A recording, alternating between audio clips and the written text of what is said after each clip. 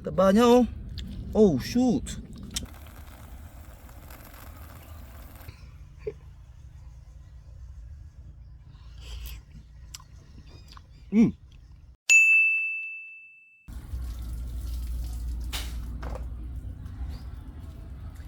Eto na po ang horseshoe crab mga kalabas.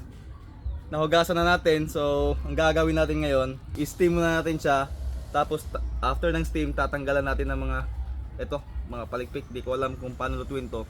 Pero nakapag YouTube na ako kung paano lutuin tong horseshoe crab. Alright? So ang kakainin lang pala nito mga kalabas ay dito banda. Eto pong itsura ng horseshoe crab. Eto po yung mata. Napakatigas yung mata niya. Kanina buhay pa po to.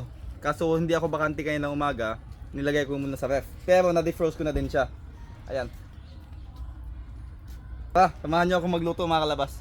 Nagpakulo lang ako ng tubig, saka ko sinalang ang mala-alien na alimango. Steam ng 10 to 15 minutes para siguradong luto ang laman. Saka ko inahon para tanggalan ng mga palikpik at mga galamay. Nasa mahigit 1 kilo ang isang piraso nito.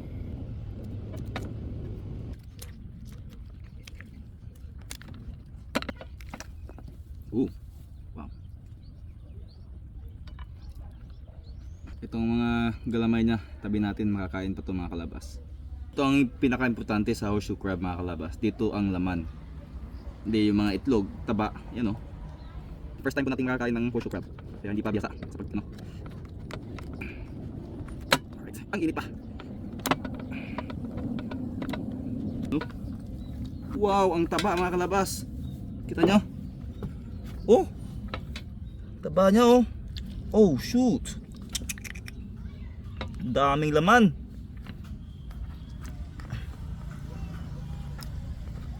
Sarap nito oh.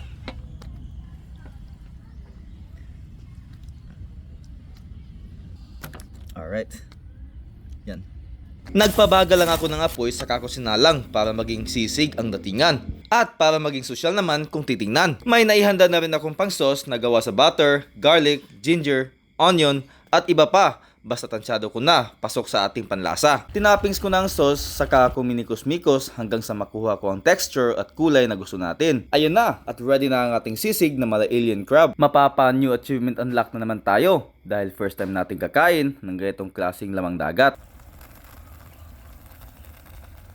Ayun na po mga kalabas at ready na ang ating horseshoe crab.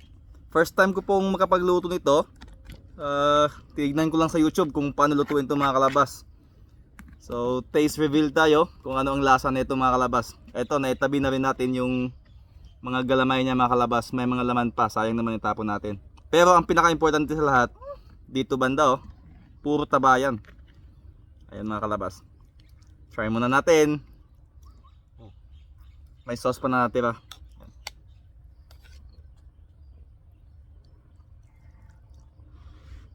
You know?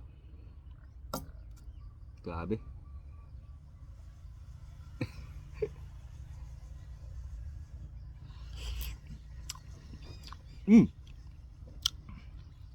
Masarap.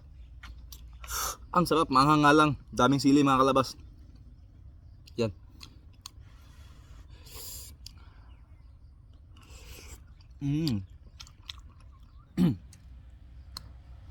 Saka natin dyan. Yan.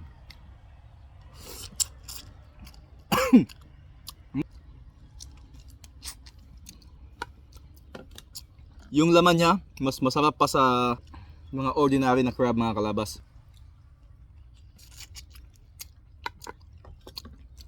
Parang may pagka lobster yung lasa ng laman.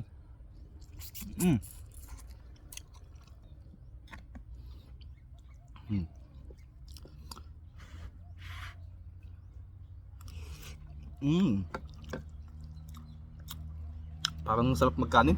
Kuha mo na ako ng kanin. Wait lang. Ayan na. May kanin na tayo mga kalabas. Ito. Lagyan natin sa kanin. Yan o.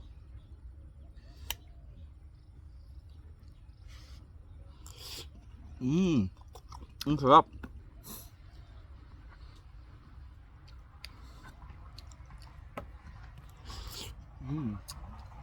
Iba itong klase.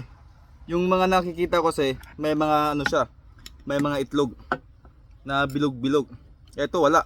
Puro parang taba ng ano. Parang taba ng alimango.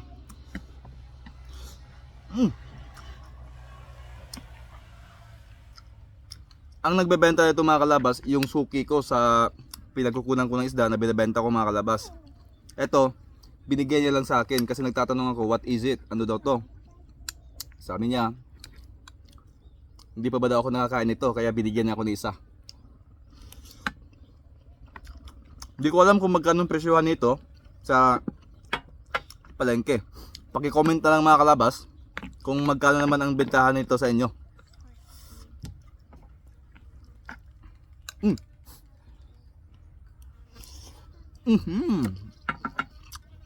Sarap. Yung taba niya, hindi kapareho ng taba ng alimango. Pero masarap siya mga kalabas. Masarap siya. Grabe yung taba niya kalabas.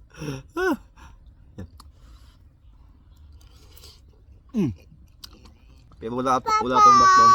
Hi. You want to eat this one? No. Yeah, I won't let you try this one because I don't know what will happen next after we eat this one.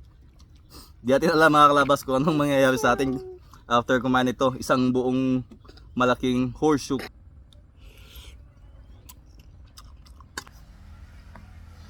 You want to try? No, Papa.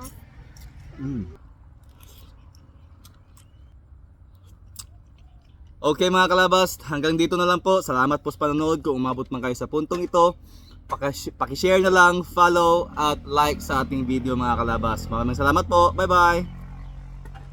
Say bye bye. Bye-bye.